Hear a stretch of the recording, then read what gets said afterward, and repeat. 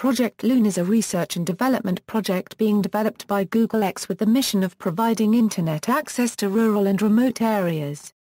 The project uses high-altitude balloons placed in the stratosphere at an altitude of about 32 kilometers to create an aerial wireless network with up to 3G-like speeds. It was named Project Loon, since Google itself found the very idea of providing Internet access to the remaining 5 billion population unprecedented and crazy. The balloons are maneuvered by adjusting their altitude to float to a wind layer after identifying the wind layer with the desired speed and direction using wind data from the National Oceanic and Atmospheric Administration.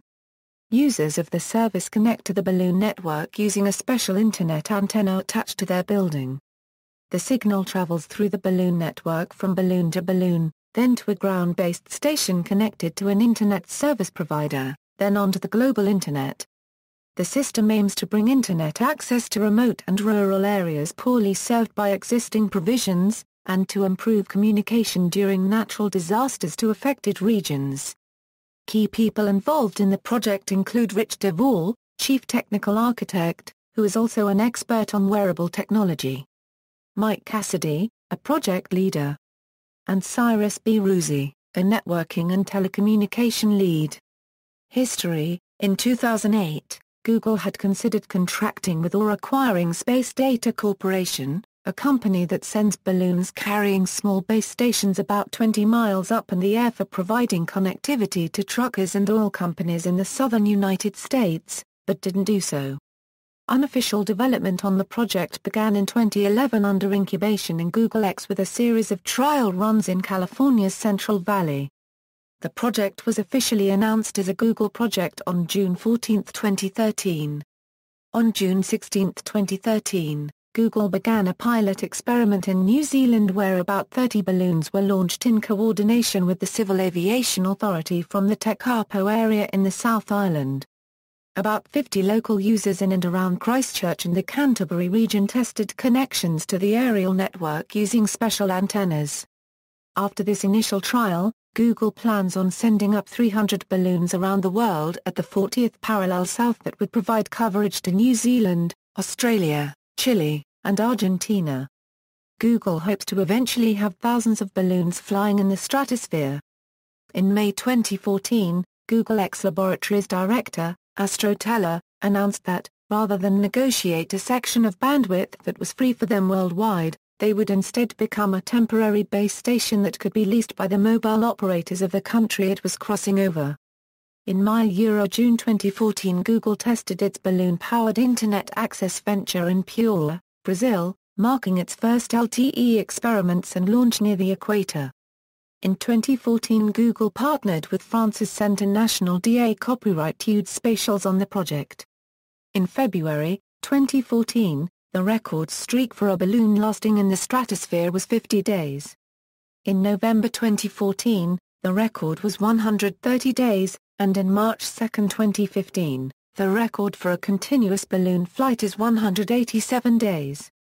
On July 28, 2015, Google signed an agreement with officials of Sri Lanka to launch the technology on a mass scale. As a result, Sri Lanka will be the first country in the world to get full coverage of Internet using LTE technology. Project Loon is Google's pursuit to deploy a high-altitude balloon network operating in the stratosphere, at altitudes between 18 km and 25 km. Google asserts that this particular layer of the stratosphere is advantageous because of its relatively low wind speeds and minimal turbulence. Moreover, Google claims that it can model, with reasonable accuracy, the seasonal, longitudinal, and latitudinal variations in wind speeds within the 18-25 km stratospheric layer. Given a reasonably accurate model of wind speeds within the 18-25 km band, Google claims that it can control the latitudinal and longitudinal position of high-altitude balloons by adjusting only the balloon's altitude. By adjusting the volume and density of the gas in the balloon's variable buoyancy system is able to control the balloon's altitude. Google has additionally indicated that balloons may be constructed from various materials or a highly flexible latex or rubber material. Initially, the balloons communicate using unlicensed 2.4 and 5.8 GHz ISM bands, and Google claims that the setup allows it to deliver speeds comparable to 3G to users, but they then switch to LTE with cellular spectrum by cooperating with local telecommunication operators.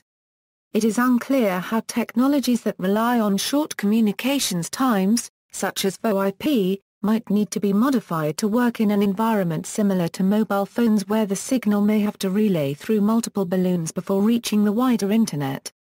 The first person to connect to the Google Balloon Internet after the initial test balloons were launched into the stratosphere was a farmer in the town of Leiston, New Zealand, who was one of 50 people in the area around Christchurch who agreed to be a pilot tester for Project Loon. The New Zealand farmer lived in a rural location that couldn't get broadband access to the Internet, and had used a satellite Internet service in 2009, but found that he sometimes had to pay over $1,000 per month for the service. The locals knew nothing about the secret project other than its ability to deliver Internet connectivity, but allowed project workers to attach a basketball-sized receiver resembling a giant bright red party balloon to an outside wall of their property in order to connect to the network. The technology designed in the project could allow countries to avoid using expensive fiber cable that would have to be installed underground to allow users to connect to the Internet. Google feels this will greatly increase Internet usage in developing countries in regions such as Africa and Southeast Asia that can't afford to lay underground fiber cable. Equipment. The balloon envelopes used in the project are made by Raven Aerostar, and are composed of polyethylene plastic about 3 mm or 0.076 mm thick. The balloons are superpressure balloons filled with helium, stand 15 m across and 12 m tall when fully inflated, and carry a custom air pump system dubbed the Cross that pumps in or releases air to ballast the balloon and control its elevation. A small box weighing 10 kilograms containing each balloon's electronic equipment hangs underneath the inflated envelope. This box contains circuit boards that control the system, radio antennas and a Ubiquiti Networks Rocket M2 to communicate with other balloons and with Internet antennas on the ground, and batteries to store solar power so the balloons can operate during the night. Each balloon a unregistered trademark S electronics are powered by an array of solar panels that sit between the envelope and the hardware. In full sun, the panels produce 100 watts of power, which is sufficient to keep the unit running while also charging a battery for use at night. A parachute attached to the top of the envelope allows for a controlled descent and landing when a balloon is ready to be taken out of service. In the case of an unexpected failure, the parachute deploys automatically. When taken out of service, the balloon is guided to an easily reached location, and the helium is vented into the atmosphere. The balloons typically have a maximum life of about 100 days, although Google claims that its tweaked design can enable them to stay aloft for closer to 200 days. The prototype ground stations use a Ubiquiti Networks Rocket M5 radio and a custom patch antenna to connect to the balloons at a height of 20 kilometers. Some reports have called Google's project the Google Balloon Internet. Incidents. In May 2014, a Loon balloon crashed into power lines in Washington, United States. On June 20, 2014, New Zealand officials briefly scrambled emergency services personnel when a Loon balloon came down. In November 2014, a South African farmer found a crashed Loon balloon in the Karoo Desert between Stridenberg and Britstown. On April 23, 2015, a Loon balloon crashed in a field near Bragg City, Missouri. On September 12, 2015, a Loon balloon crash-landed in someone's front lawn, on Rancho Hills, Chino Hills, California. Reception. Project Loon has generally been well received, although square-kilometer array project developers and astronomers have raised concerns that the lower of the two ISM bands that Loon uses will interfere with the mid-band frequency range used in the SKA project. Google has not yet specified the costs of this project. New Zealand's Prime Minister John Key delivered a speech at the launch event in Christchurch stating that the Internet is important for New Zealand to help it globally distribute what it produces in a low-cost way as the next 4 billion people come online. Key also acknowledged the potential of utilizing Loon for disaster recovery. See also, list of countries by number of Internet users, mobile broadband modem, Google Fiber, Google X, high-altitude balloon, Atmospheric Satellite, Alliance for Affordable Internet, Internet.org, Geostationary Balloon Satellite, Outernet, O3b Networks, Google Free Zone. References.